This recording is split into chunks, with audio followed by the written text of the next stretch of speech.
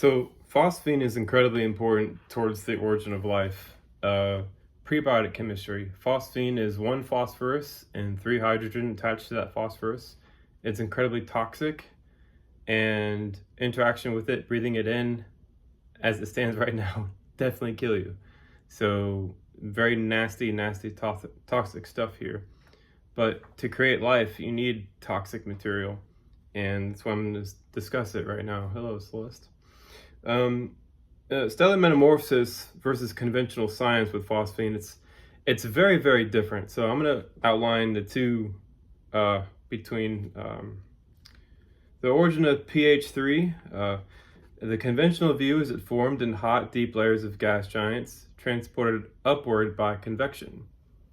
In stellar metamorphosis, it's a natural byproduct of a dying star's internal chemistry as it cools into a planet. So yeah, I guess they're right, but they say gas giants, and gas giants is kind of a misnomer now because we know they're very liquid in their interior. But anyways, the conventional view of the presence in Jupiter is as a trace gas, which is 0.5 to 1 part per million, which is evidence of vertical mixing and deep heat. Stellar metamorphosis view is that it is expected in young evolving stars like Jupiter, a signature of prebiotic chemical activity. It's a very different viewpoint. In the conventional view of its absence in Uranus and Neptune, phosphine being absence in the spectrographic surveys, I guess, it's due to lack of convection, colder temperatures, and photochemical destruction. But in SM, phosphine may be metabolized, chemically converted, or sequestered. Not missing, but subsumed into internal biochemistry. And that's exactly what happens to it. It helps with the creation of prebiotic material. And it's been subsumed, meaning there are lots of chemistry happening in Uranus and Neptune right now, and phosphine is a major part of it. It supplies a lot of the phosphorus that builds DNA, RNA, amino acids, what have you. The conventional view of role in life chemistry, the idea is that phosphine is a possible biosignature considered exotic or rare. It's kind of like one of those ooh, ah things when astronomers look out and they see phosphine and they're like, wow, look at that. But in stellar metamorphosis, it's a foundational molecule in early life chemistry, providing reactive phosphorus to form nucleotides, amino acids, and membranes.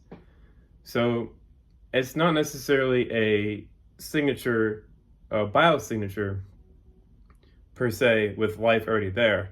What it really is a prebiotic signature, so pre-biology. And to find phosphine is really good news. And I am 100% sure that if we send probes to Uranus and Neptune to examine their deep interiors, we'll find a lot of phosphine in there. We'll find subsumed phosphine, if you will. And we'll find chemical reactions that are taking place that we didn't even know existed. It's a very unique, very rich environment inside the atmospheres of Uranus and Neptune. And the reason why I'm pushing for the discovery of their deep atmospheres is that they're sort of brushed off as being irrelevant or uninteresting and, well, too expensive to get to, or too time consuming. You know, when you want to send a probe out that far, it's like, well, you gotta wait, decades just to get information back. And it's such a feat of engineering to get something that far out and to study it. And the people that basically designed the spacecraft at times, they're already retired and doing something else by the time it gets there. So hopefully we can figure out how to overcome that distance barrier. I don't know how to overcome the distance barrier, but sort of Lockheed Martin and various other defense contractors have certain craft away from public eye, if you catch my drift. We could use those to study Uranus and Neptune. But basically, that's it for now.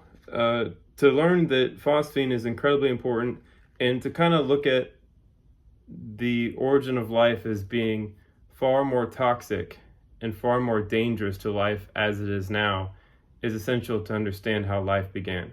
Because you can't look at something the way it is now and go, well, it was always this way. It's a very myopic standpoint.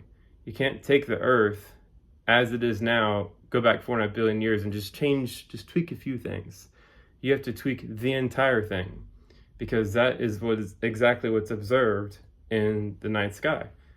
We are looking at very old and very young Earths, and Earth just so happens to be the intermediate ages between a lot of what we observe, and that intermediate age gives the appearance of life as we know it.